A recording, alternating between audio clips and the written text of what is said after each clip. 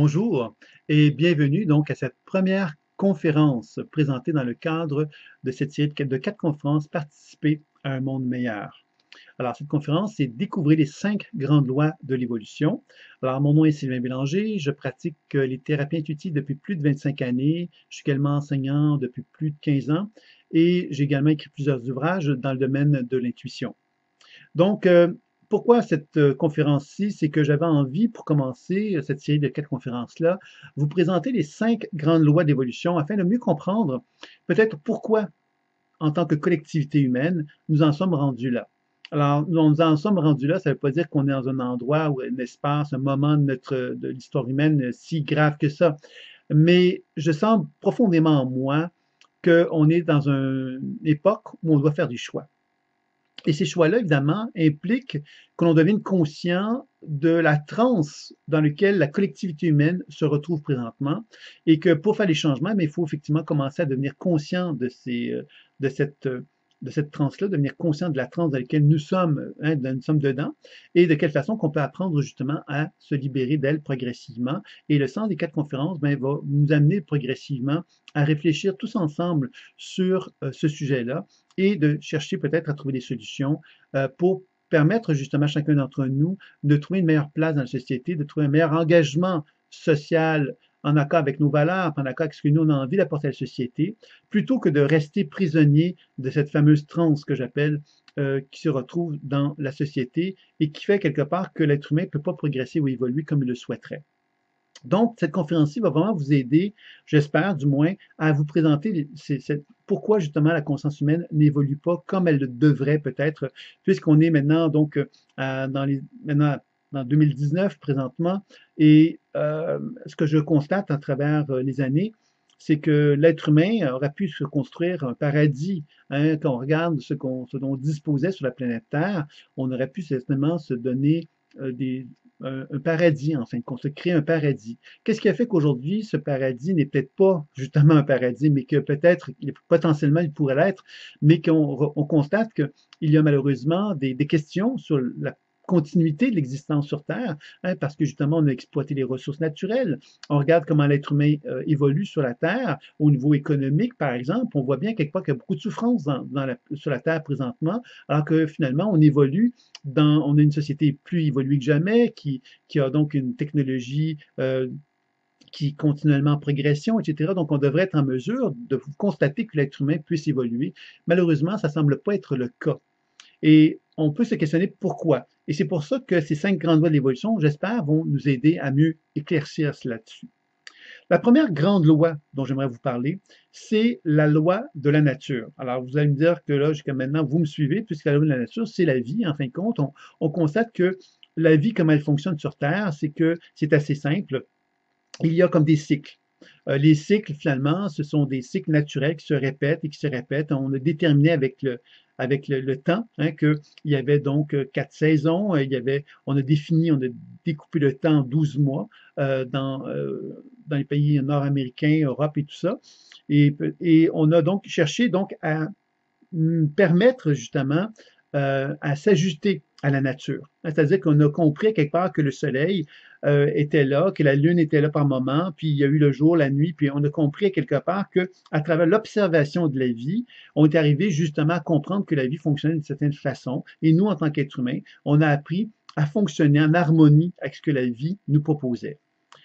Puis, ces cycles-là, quelque part de la vie, sont fondamentaux et ces cycles-là, finalement, on a appris avec le temps à s'en aller éloigner. C'est-à-dire qu'on a appris à se dire, ben moi, je suis plus important que ce que la vie me propose. C'est-à-dire que les cycles de la vie existent, je les reconnais, mais moi, je constate que je peux finalement aller à l'encontre de ces cycles-là, de ces règles-là, parce que je pense que moi, je peux faire mieux. Et ça, progressivement et subtilement, l'être humain a mis en place cette croyance-là. C'est-à-dire qu'il croyait quelque part qu'il pouvait faire mieux que la nature. C'est comme ça d'ailleurs qu'il a pu exploiter les ressources naturelles de la planète Terre, par exemple, d'une façon non calculée, d'une façon non intelligente, parce qu'il s'est dit, de toute façon, Quand il n'y aura plus de ressources, il y aura d'autres solutions, on va en trouver d'autres. On est tellement intelligent, on est tellement bon qu'on va toujours trouver une façon de fonctionner qui va nous permettre d'avancer, de progresser. Donc, on n'a pas besoin de réfléchir, on n'a pas besoin de respecter la nature, on n'a pas besoin de prendre conscience qu'il y a de la vie là-dedans et on va se dire, ben, nous, on est les plus intelligents sur la Terre et parce qu'on est les plus intelligents, ben, on peut se permettre à peu près n'importe quelle niaiserie. Évidemment, là, j'exagère en vous le disant comme ça, mais juste pour faire comprendre que la loi de la nature, c'était quelque chose qui fonctionnait selon des règles et que l'être humain est arrivé sur Terre avec cette idée qu'il pouvait justement bousiller ces règles-là, les changer, transformer, parce qu'il se trouvait plus intelligent que les autres. Et c'est toute en liaison avec l'ego. Hein? C'est-à-dire que l'ego, finalement, qu'est-ce que c'est? C'est cette espèce de retour vers soi où on se dit, je suis plus important que l'extérieur. L'extérieur étant les autres êtres humains, étant la nature, hein, étant la vie, étant l'univers, etc. Je suis plus intelligent que tout ce monde-là parce que j'ai un ego, je suis fort, je suis puissant, je suis meilleur que les autres. Alors évidemment, cette nature égoïque-là, quelque part, a comme construit donc ce qu'on vit sur Terre, ce qu'on a développé sur la planète Terre à travers les années, ben, c'est où l'ego qui a construit ça, en se disant, ben moi, ce que je veux, c'est que je veux construire une société en accord avec l'idée que je suis plus important. Et comme je suis plus important, ben, je vais m'assurer qu'il y a des gens qui sont moins importants que moi. Donc, dans la société, comment ça fonctionne? C'est que donc des êtres plus importants, puis des êtres moins importants, parce qu'il y a des égos plus forts, puis des égos moins forts.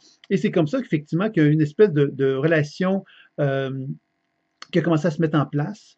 Hein, c'est-à-dire que moi, je suis très, très intelligent, on est très, très intelligent, les êtres humains, mais ce qu'on a cherché à faire en déployant cette espèce de rapport de dominant-dominé, c'est qu'on s'est rapproché très fortement de cette relation qu'on pouvait retrouver dans la nature, dans les cycles naturels, par exemple, de constater comment les animaux fonctionnaient, puis que finalement, on a comme cherché justement à retrouver quelque part, à répondre simplement aux instincts animaux qui étaient en soi. Et que l'ego, sans doute, était une expression de ces instincts animaux qui étaient en nous, ces pulsions primitives qui étaient en nous, et qui nous éloignaient, en fin de compte, de la nature humaine. Et ça, on s'en est pas rendu compte, ça a été subtil, mais on est finalement resté très proche d'une nature primitive humaine, dans laquelle notre volonté, quelque part, de posséder, de contrôler, de dominer, est restée très présente, et toute la nature, la beauté humaine, n'a pas été mise de l'avant. La beauté humaine, qu'est-ce que c'est pour moi? C'est cette relation avec la nature où je reconnais que moi, je fais partie d'un paradis potentiel, qui est la planète Terre, et que ce paradis-là, il peut exister que si moi, je m'ajuste à lui, que je m'adapte à lui, et que je reconnais qu'il y a une forme plus vaste et plus grande que moi qui existe, qui gère cette planète-là, et que j'apprends justement à l'honorer, à la respecter, en lui donnant la permission d'exister. Et ça me donne l'opportunité à moi, en tant qu'être humain, de donner sens à ma vie, puisque je sais que quand je nais sur Terre, je nais dans un espace sacré, un espace que je vais privilégier, que je vais valoriser, et je vais donner un sens à ma vie en cherchant à faire avancer, évoluer, progresser la conscience humaine dans un contexte où ce paradis-là, on puisse le préserver ou qu'on puisse l'améliorer. Alors ça, c'est donc l'idée que les lois de la nature reposent sur deux principes principaux. Le principe, évidemment, des cycles qui sont répétitifs, qui ont fait que l'évolution de l'être humain s'est mise en place, c'est-à-dire que au début des temps, bien évidemment, il y a eu des cellules qui se sont développées, puis ensuite il y a eu des amas de cellules, puis bon, ça s'est développé comme pour faire en sorte qu'un être humain puisse exister. Donc, il y a tout un processus d'évolution qui s'est fait là. Et ce processus d'évolution-là, on pourrait certainement le reconnaître comme appartenant à une forme d'intelligence plus vaste que la nôtre, hein, puisque il y a une forme d'origine à cette vie-là qui s'est manifestée et qu'il y a une forme d'intelligence plus grande que soi qui a été présente. Cette intelligence-là, donc, amène une notion évolutive qui fait que l'être humain que nous sommes avons la responsabilité, évidemment, de reconnaître que cette poussée évolutive qui a fait que nous sommes devenus l'être humain que nous sommes, ben, quelque part, qu'on puisse justement l'assumer, permettre à se développer d'une façon encore plus importante et de façon de plus en plus importante, toujours et toujours. Puis évidemment, il y a le côté évolu. Ça, c'est vraiment la position d'ouverture où moi, je me mets en relation avec la Terre. Je reconnais que la Terre, elle me nourrit. Je reconnais quelque part que je suis en liaison avec le ciel et que je reconnais quelque part qu'effectivement, j'ai une relation privilégiée entre la Terre et le ciel. Je suis comme une antenne et cette antenne-là me permet de me connecter avec un grand tout plus vaste qui est cette forme d'intelligence universelle-là. Maintenant, si je suis dans l'ego, bien évidemment, l'ego, lui, s'isole de la terre, s'isole du ciel et reconnaît qu'il est le plus important, c'est lui. Donc, il est fermé finalement sur lui-même. Et dans ce sens-là, évidemment, l'être humain tel qu'on le conçoit aujourd'hui, d'une façon très majoritaire, l'être humain a cette relation où il est fermé sur lui-même, puisqu'on lui a enseigné à être comme ça, pour la simple raison que la société telle qu'elle a été conçue repose sur le principe que on doit finalement coûte que coûte, gagner notre vie. Gagner notre vie, ça veut dire quoi? Ça veut dire exploiter quelqu'un. Là, j'exagère beaucoup en vous présentant comme ça, mais l'être humain doit exploiter quelqu'un, puisqu'en exploitant quelqu'un, il va pouvoir finalement aller atteindre une certaine prospérité. Cette prospérité, il va lui donner du pouvoir, qui va lui permettre donc de dominer encore plus de monde, et ainsi de suite. Donc, vous voyez que ça, c'est un système, effectivement, qui est, vous allez pouvoir me dire, mais non, c'est exagéré ce que tu dis là. Mais malheureusement, ça ne l'est pas tant que ça. Et on est tellement programmé dans cet univers-là, dans cet espace-là, dans ce monde naturel-là, qu'on trouve ça normal qu'un être humain puisse exploiter un autre être humain pour pouvoir faire plus d'argent que lui. Alors que fondamentalement, on peut se réfléchir sur l'idée de se dire, mais finalement, ce ne serait pas possible, hein? Ce serait-il possible d'envisager qu'un être humain puisse collaborer avec un autre être humain, puis qu'il y ait effectivement une forme de relation juste entre eux, qui font que quelque part, ces inégalités sociales qui peuvent exister dans le monde, ben, deviennent moindres, parce que justement, il y a une conscience bienveillante qui s'adresse entre nous. Qui s'adresse entre nous, ça veut dire quoi? Ça veut dire qu'on se prenne par la main, puis on se dit, hey, on fait partie de la même famille, la famille humaine, qui dépasse largement, à ce moment-là, la famille génétique. Hein? C'est-à-dire qu'on reconnaît quelque part qu'on est dans une grande, grande famille, que cette grande famille-là, quelque part, ben, elle a un espace sacré entre les mains, puis il faut en prendre soin, et que de cette façon-là, bien évidemment, on peut créer un paradis dans ces circonstances-là.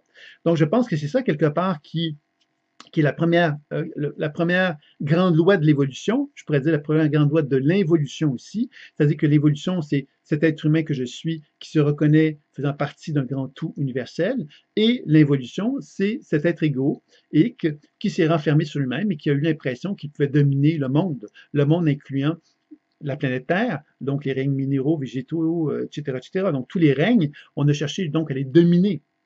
C'est ce qui fait qu'aujourd'hui, on est dans une situation écologique grave, c'est qu'on n'a pas reconnu justement qu'il fallait gérer ces ressources-là, que ce n'était pas limité. On a comme simplement pensé à l'appât du gain, l'appât du gain étant relié donc à la commercialisation à outrance de l'activité des ressources pour pouvoir justement, finalement, toujours progresser, toujours évoluer, toujours être mieux, etc. Mais finalement, on se rend compte que tout ça, cette course contre la montre pour aller toujours mieux, pour toujours être plus dans l'abondance, nous éloigner finalement de l'essentiel, qui est finalement de dire, mais pourquoi cette abondance-là? Pourquoi moi, je fais partie de cette planète Terre-là? Pourquoi je suis sur Terre? Qu'est-ce que j'ai à faire là? Et là, ça nous ramène à la mission. Et cette mission-là, évidemment, quand on comprend quelque part qu'on peut envisager que la mission, c'est justement de renouer contact avec une forme de vérité intérieure qui me permet, moi, de retrouver une position d'alignement avec un sens à mon existence, où je reconnais que je fais partie d'une planète Terre, que je fais partie d'un tout plus vaste, universel, d'une forme d'intelligence qui est présente dans la nature, mais dans mon être aussi, ben, j'apprends à respecter la vie et j'apprends à lui donner un autre sens, une autre signification.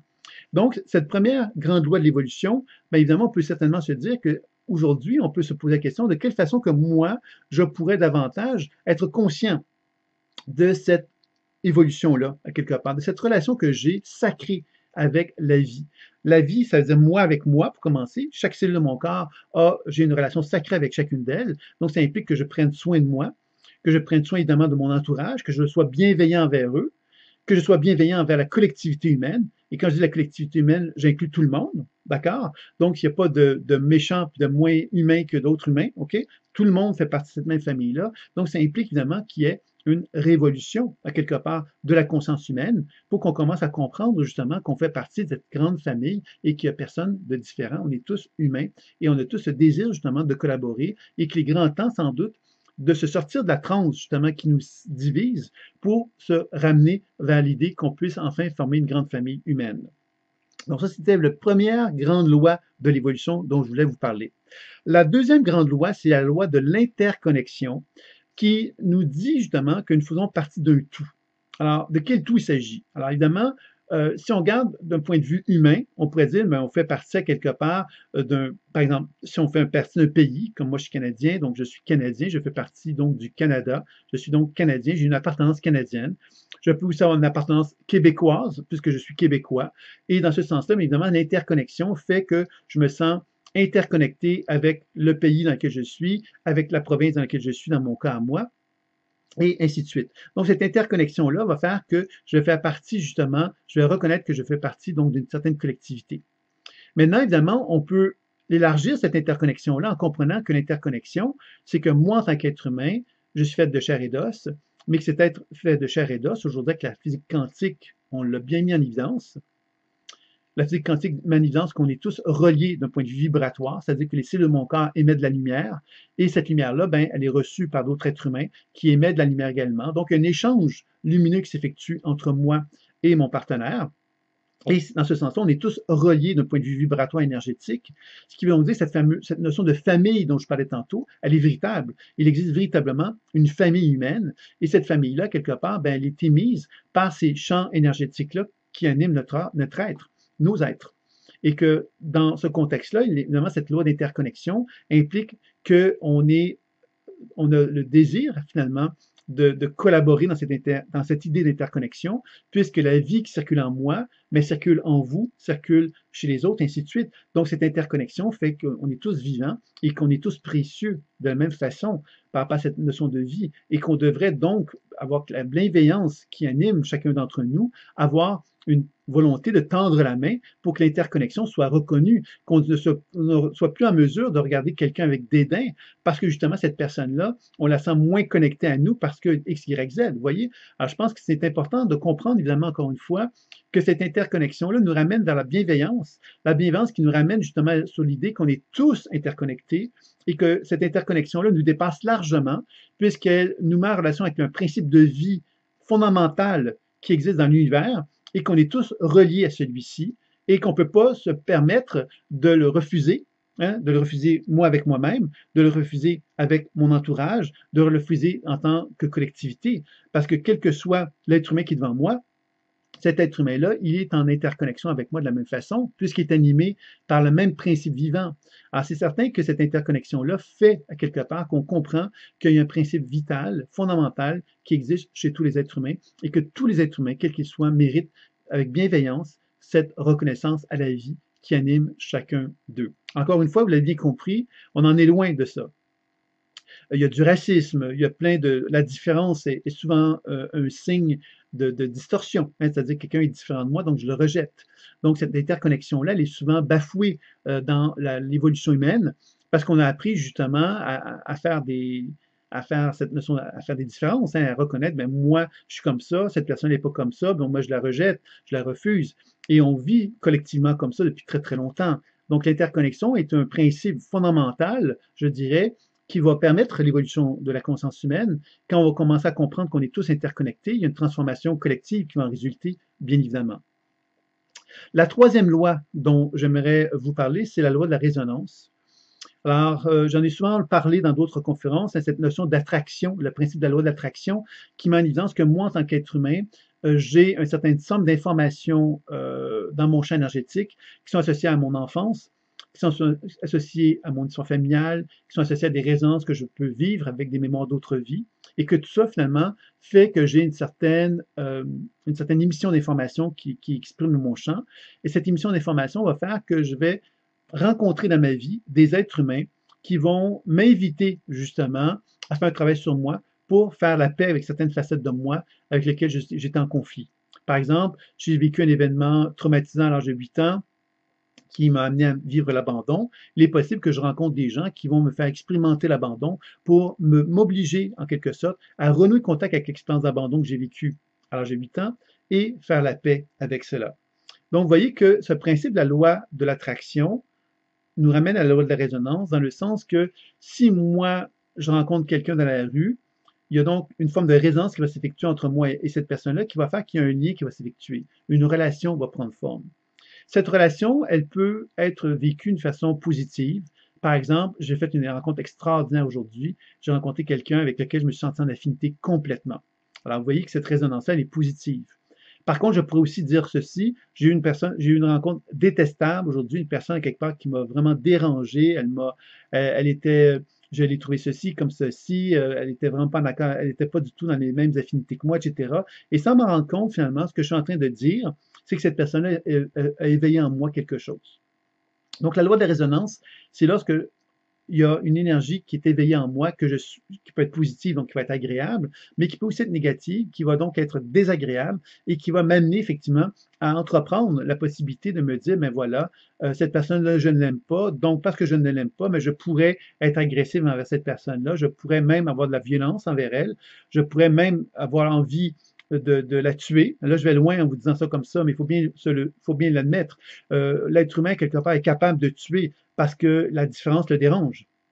Donc, cette fameuse loi de la résonance implique justement que moi, en tant qu'être humain, je suis une antenne, et cet être humain-là, quelque part qui est en moi, ben, il peut avoir des facettes, des blessures émotionnelles importantes qui vont faire que lorsqu'elles sont réveillées par ce principe de résonance, va faire que moi, je peux manifester de la colère envers une autre personne.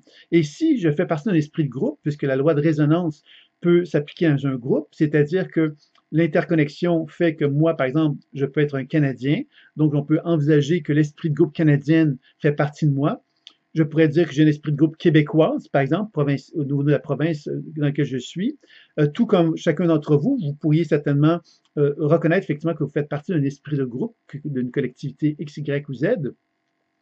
Et ces esprits de groupe-là, finalement, vont faire quoi? Mais vont faire justement que ces lois de résonance. Et si moi, je suis dans un esprit de groupe de gens, par exemple, je suis dans un mouvement, par exemple, un mouvement qui valorise la paix dans le monde, ben, je me retrouve avec des gens qui vont avoir une énergie de résonance similaire à la mienne. Je vais donc avoir un esprit de groupe qui va valoriser la paix dans le monde. Si, par contre, je fais partie d'une organisation qui valorise la guerre dans le monde, quelle qu'elle soit la guerre en question, mais c'est évident que j'ai des résonances avec des gens qui vont manifester de la colère, de la violence de la même façon que moi. Et que dans ces conditions-là, l'esprit de groupe qui anime ce regroupement de gens-là est violent. Donc, vous comprendrez ici que cette loi de l'évolution était fondamentale, c'est-à-dire que moi, en tant qu'être humain, je dois apprendre à faire la paix avec moi. Et faire la paix avec moi implique que je fasse la paix avec ma collectivité pour que je ne sois plus dominé par l'esprit de groupe. L'esprit de groupe de quel que soit le groupe en question, que ce soit à l'intérieur d'un peuple, que ce soit à l'intérieur d'un système politique, que ce soit un système religieux, un système spirituel, X, Y, Z. Vous voyez, alors, toute forme d'esprit de groupe est une collectivité. Cette collectivité-là fait que moi, je peux finalement me retrouver dans une résonance de groupe et ce groupe-là, quelque part, peut m'amener à devenir un peu comme un mouton, c'est-à-dire à perdre finalement mon individualité et à pouvoir entreprendre à faire des choses que je ne ferais jamais, moi, en tant qu'individu. Il y a une réflexion qu'on peut amener ici, c'est lors de la Deuxième Guerre mondiale, lorsqu'on pense à Hitler et le mouvement nazi.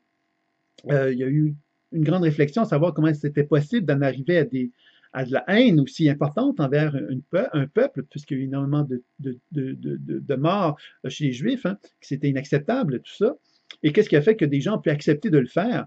Ben, quelque part, c'est cette fameuse esprit de groupe. Hein. Il y a eu des résonances. C'est un peu complexe, mais il y a eu des résonances émotionnelles. Il y a eu donc des gens qui ont été humiliés chez les Allemands et que ces résonances-là envers les Juifs ont amené de la colère, de la frustration et que Hitler est venu comme canaliser cette frustration-là dans cet esprit de groupe-là et a pu donc souder cette colère-là dans une direction qui est devenue complètement incroyable hein, quand on regarde tout ce qui en est résulté. Donc, vous comprendrez que cette fameuse loi de la résonance implique inévitablement que pour que l'évolution puisse prendre forme, l'être humain doit passer par la compréhension de cette loi de résonance-là pour apprendre à faire la paix avec lui-même et s'individualiser pour ne pas justement être dominé par l'esprit de groupe, puisque l'esprit de groupe, évidemment, est beaucoup en liaison avec le fait que je ne suis pas conscient de la résonance que je fais ou que je vis avec un groupe en question. Alors, plus je deviens conscient de ça, plus je m'individualise et plus je peux retrouver une relation plus saine avec moi-même et moins dominée, entre guillemets, par cette notion d'esprit de groupe. Il y a quatrième loi dont j'aimerais vous parler, c'est la loi du dominant et du dominé. Alors, la loi du dominant et du dominé, on en a un petit peu déjà parlé, c'est le rapport de force. Le rapport de force, c'est qu'il y a des gens qui ont une certaine forme d'énergie, qu'on pourrait dire dominante, une énergie plus yang, une énergie plus forte, plus puissante, dans laquelle ils cherchent à contrôler l'extérieur. Et il y a une énergie de dominer, qui est une énergie qui est plus intérieure, qui est plus yin, et qui est moins dans une relation où on veut dominer l'extérieur, on veut plus, à quelque part, être connecté avec son monde intérieur. Donc, c'est deux tendances, deux mouvements énergétiques qu'on retrouve d'une façon collective. Hein, et c'est évident que le monde est géré par les dominants pour la simple raison qu'on vit dans un monde de dominants, puisque on valorise énormément le rapport avec l'extérieur, de quelle façon que je me réalise en tant qu'être humain, c'est par la réalisation extérieure que j'en fais. Donc, le dominant est quelqu'un qui se réalise, et parce qu'il se réalise, bien, inévitablement, il cherche donc à vouloir manifester, laisser des traces sur le sol. Le problème n'est pas tellement là. Le problème, c'est que le dominant est strictement égoïque. C'est-à-dire qu'il est complètement orienté sur sa propre personne. Il a le désir, justement, de réussir pour ses propres intérêts. Et c'est là qu'on rejoint le système capitaliste, entre autres, hein, c'est-à-dire que le système politique dans lequel on se retrouve, quel que soit dans le monde, on va retrouver quelque part des noms différents, mais dans les faits, c'est l'ego qui est servi par quel que soit le système politique, c'est-à-dire que l'ego va pouvoir justement utiliser un système de fonctionnement, un système politique, pour pouvoir bénéficier d'avantages qui va faire qu'il va pouvoir manifester une puissance, une force en tant que dominant et qu'il va y avoir donc des dominés qui vont donc subir la force du dominant à un niveau plus ou moins juste. Hein. On va retrouver des systèmes très injustes où il y a des gens qui vont carrément vivre une forme de domination très importante et des systèmes plus ambigus comme le système capitaliste, par exemple, dans lequel il y a des dominants et des dominés. Mais c'est fait d'une façon qu'on pourrait presque dire c'est civilisé en quelque sorte. C'est-à-dire que c'est pas quelque chose qui va nous sauter aux yeux. Et nous-mêmes, en tant qu'êtres humains, on va accepter aussi les conventions de ce système-là, même si c'est un système qui peut paraître injuste quand on y pense, puisqu'on accepte l'idée que des gens vont faire des profits sur le dos de d'autres personnes pour pouvoir finalement s'enrichir. Alors, est-ce que c'est un système qui est juste? Hein, on pourrait se poser la question. Et c'est évident, selon moi, que la nouvelle évolution qui est en train de transformer chez l'être humain nous amène à une réflexion par rapport à ça, en se rappelant quelque part qu'est-ce que c'est que la justesse. Est-ce que c'est possible, effectivement, qu'une personne qui se veut être un dominant puisse le faire avec bienveillance et que les dominés puissent le vivre d'une façon non dominée, justement, mais puissent le vivre d'une façon plus en termes de collaboration, d'échange, de partage, et qu'il y ait quelque chose comme une genre de synergie qui puisse en résulter? Est-ce que ce serait possible? Est-ce que le système économique pourrait fonctionner dans ces contextes-là? Oui, certainement, mais différemment. C'est certain qu'on a un changement à faire d'une façon de concevoir différemment les choses, c'est clair, net et précis.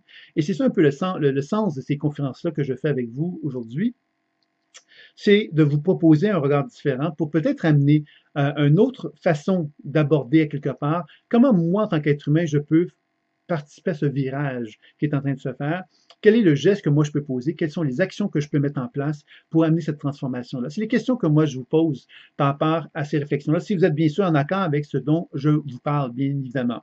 Je ne fais que proposer, amener une réflexion en fin de compte. Hein. La dernière grande loi de l'évolution, c'est la loi de la sélection naturelle. C'est une grande loi qui met en évidence une première chose, c'est que l'être humain est animé par la vie.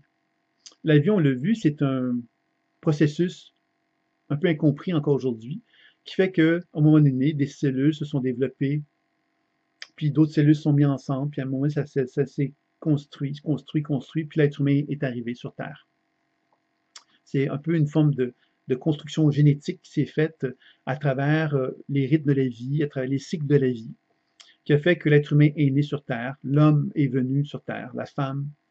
Et tout ça a amené, évidemment, l'homme qui a cherché, surtout dans un paradis terrestre, l'homme au tout départ, hein, et ce paradis terrestre-là, ben, au lieu de le privilégier, de le construire, de faire en sorte qu'il puisse vraiment se construire, s'émanciper, évoluer, il a cherché davantage à dominer la planète Terre, donc les ressources naturelles, hein, on l'a vu, le règne des animaux,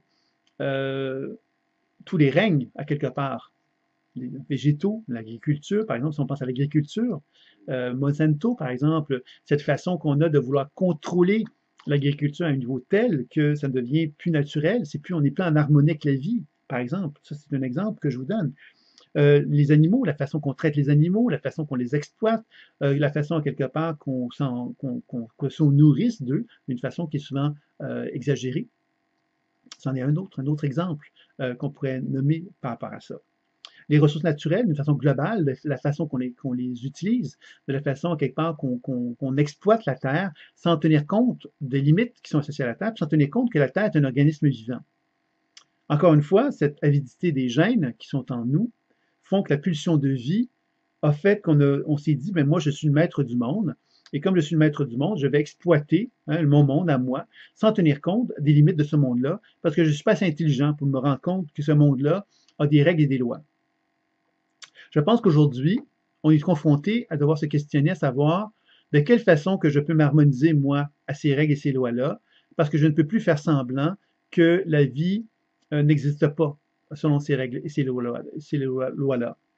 Donc, je suis obligé, effectivement, de constater que, en tant qu'être humain, je dois devenir responsable. On devient responsable de plus en plus. On a maintenant une conscience plus écologique. On fait plus attention aux déchets que l'on expulse dans la nature. On est plus conscient de tout ça. Donc, on commence à devenir responsable face à la conscience écologique. On doit devenir responsable de la conscience humaine. C'est-à-dire que la planète Terre, elle a donc un souci de faire attention à la planète Terre parce qu'elle nous donne des signes d'usure importants.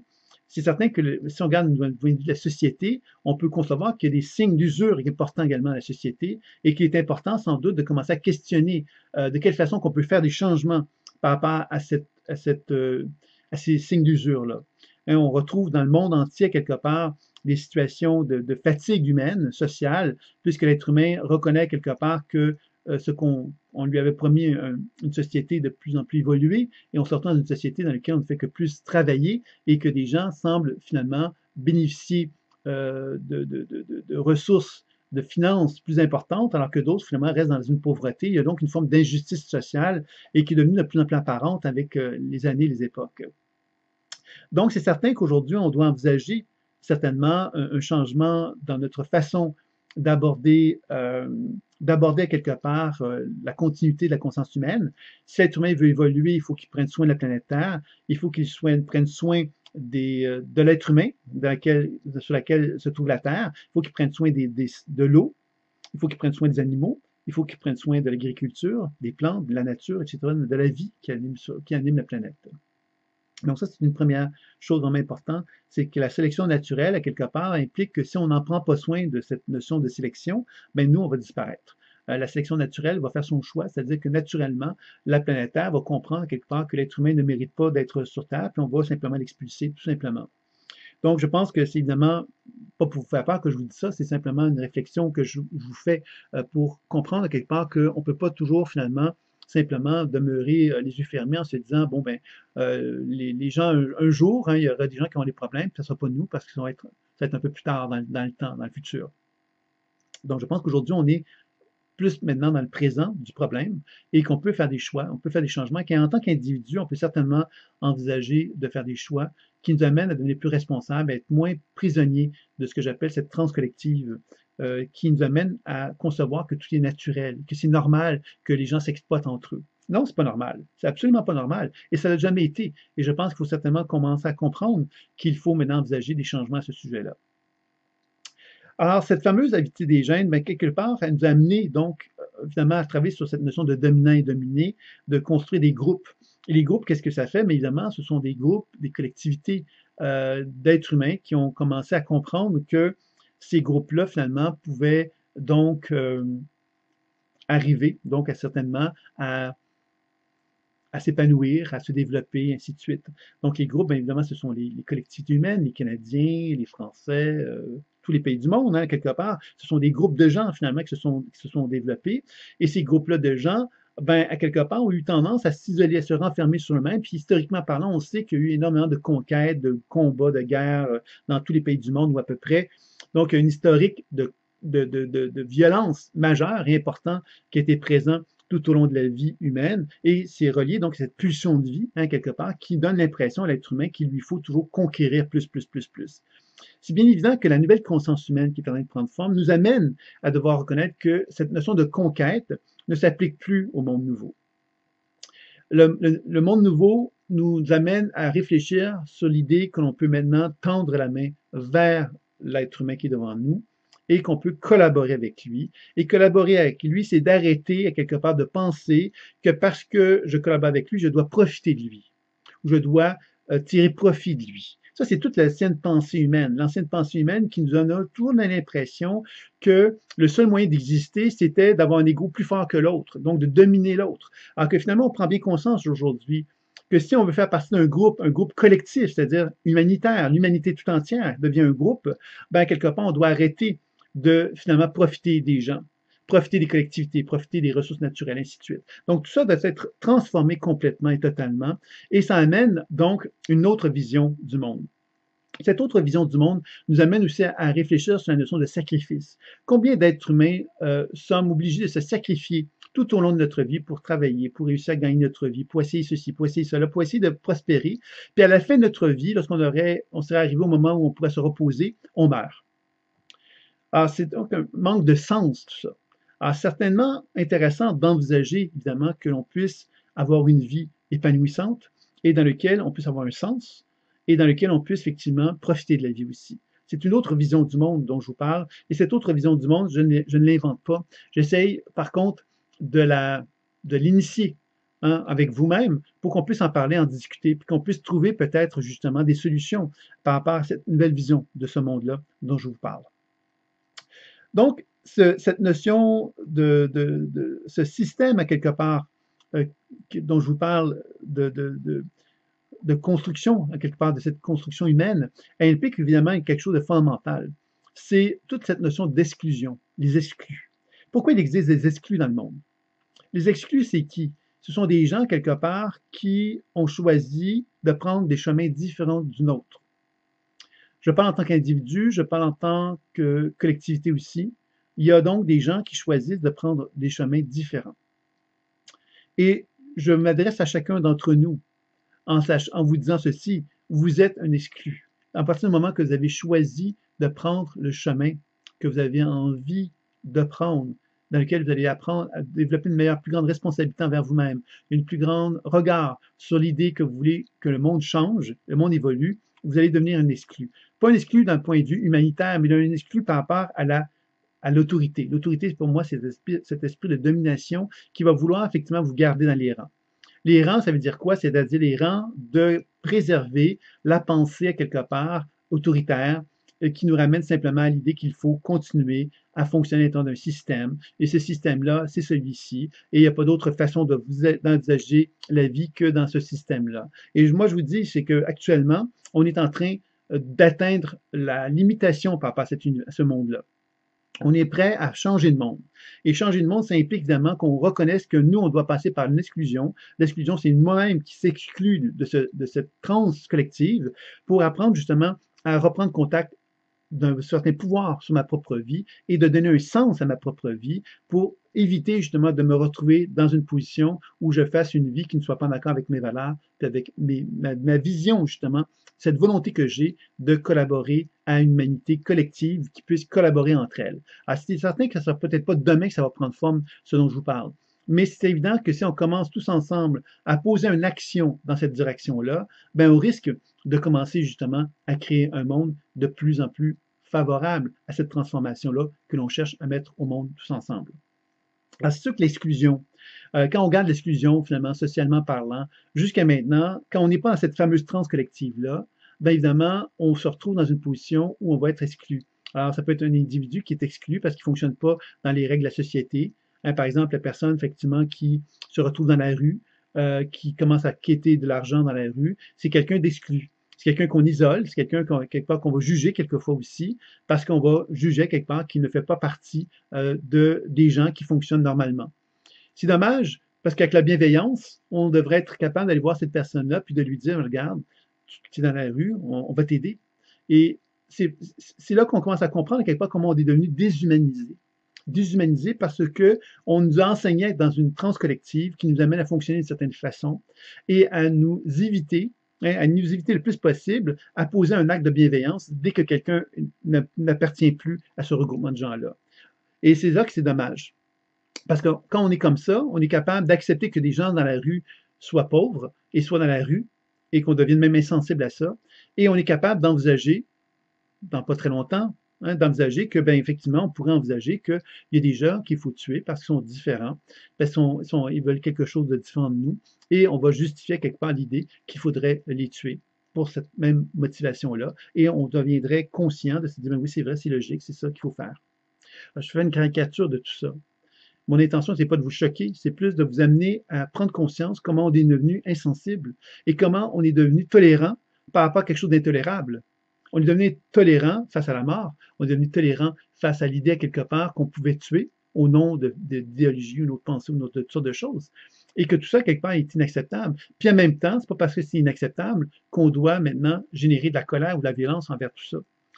Les solutions ne sont pas si évidentes que ça, parce qu'évidemment, pour se sortir de toute la transe dont je vous parle, c'est de se sortir quelque part des modèles de fonctionnement habituels, où on se dit, ben, quelque part, mais si quelqu'un m'agresse, ben, le seul moyen pour moi de m'en sortir, c'est d'agresser aussi. Alors, c'est évident qu'il y a quelque chose là-dedans du gros bon sens que je viens de vous nommer. Puis en même temps, ce que j'aimerais vous faire comprendre dans ces grandes lois de l'évolution-là, c'est que la nouvelle conscience humaine qui est en train de prendre forme nous amène à trouver des nouvelles solutions, nous amène à concevoir quelque part que, en tant qu'individu, on peut apprendre justement à poser un autre regard sur la collectivité. La souffrance humaine, elle existe partout, dans tous les pays du monde.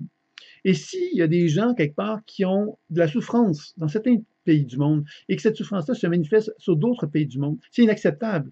Sauf que cette souffrance-là, quelque part, elle est peut-être justifiée, expliquée par la fameuse transe collective où, pendant des années, ces gens-là ont peut-être subi, à quelque part, des atrocités parce que, justement, nous, on avait fermé les yeux. Alors, je ne suis pas en train, donc, d'excuser quoi que ce soit. Je suis simplement en train d'amener une réflexion sur l'idée que l'évolution de la conscience humaine, pour qu'elle puisse évoluer, il faut se sortir justement des transes collectives qui nous amènent à justifier plein d'actes injustifiés et injustifiables au nom, finalement, des bons. Les bons, c'est nous les bons, donc on peut se permettre, nous, parce qu'on est bons, de pouvoir faire des actions violentes envers les méchants. Et je pense qu'il faut se sortir de cette fameuse notion de dualité qui nous éloigne vraiment de notre humanité et qui nous fait oublier quelque part qui nous sommes véritablement. Alors, moi, ce que j'aimerais vous partager pour terminer cette petite conférence, c'est qu'est-ce que vous pourriez faire, vous, dès maintenant, mais dès maintenant. Quel est l'engagement que vous pourriez vous donner pour commencer justement à vous donner l'opportunité de donner un plus grand sens à votre vie en tenant compte de tout ce que je vous ai parlé aujourd'hui. D'une part, qu'est-ce que ça vient sonner en vous? Qu'est-ce que ça vient éveiller en vous, ce dont je vous ai parlé? Et qu'est-ce que vous pourriez faire dès maintenant pour répondre davantage à ce besoin que vous avez de collaborer à cette transformation collective que nous sommes tous en train de faire présentement.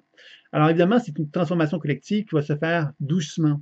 Mais si tous ensemble, on se tend la main, ben, cette transformation peut devenir de plus en plus significative. Et c'est ce que je me souhaite et ce que je vous souhaite.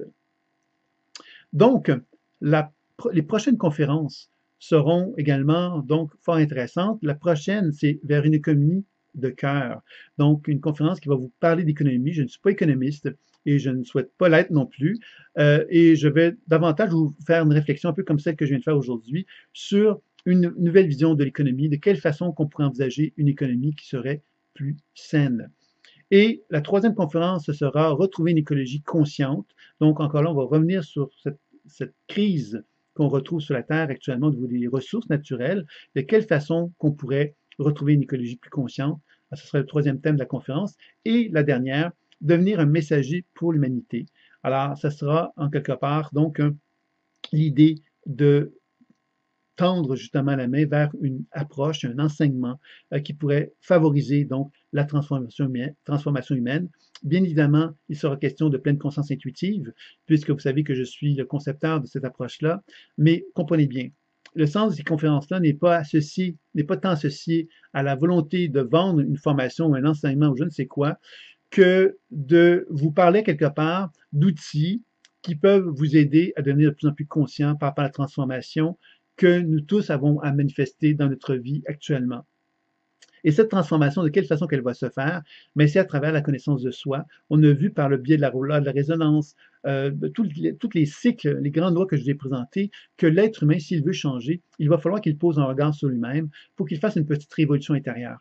Cette révolution intérieure va l'amener à s'individualiser et va l'amener à poser une intention et une volonté active de se dire, ben voilà, qu'est-ce que moi je peux faire pour amener des changements dans la société, des changements dans la société, dans ma vie familiale, dans ma vie professionnelle, dans ma vie amicale, dans ma vie sociale, de quelle façon que je peux intervenir, moi, en tant qu'être humain, pour amener un changement à l'intérieur de mes moyens et à l'intérieur de mes capacités. c'est déjà commencer quelque chose et c'est pour moi fondamental. On doit tous commencer à s'éveiller à cette idée qu'on n'est pas juste dans un processus d'évolution individuelle, mais dans un processus d'évolution de conscience collective et que tous ensemble, on peut contribuer à faire une transformation qui va être significative, justement. Et je pense que c'est peut-être le moment est venu pour commencer à se donner l'opportunité d'envisager de se donner moyens. Et je vous invite donc, sous la vidéo, de m'inscrire vos propositions.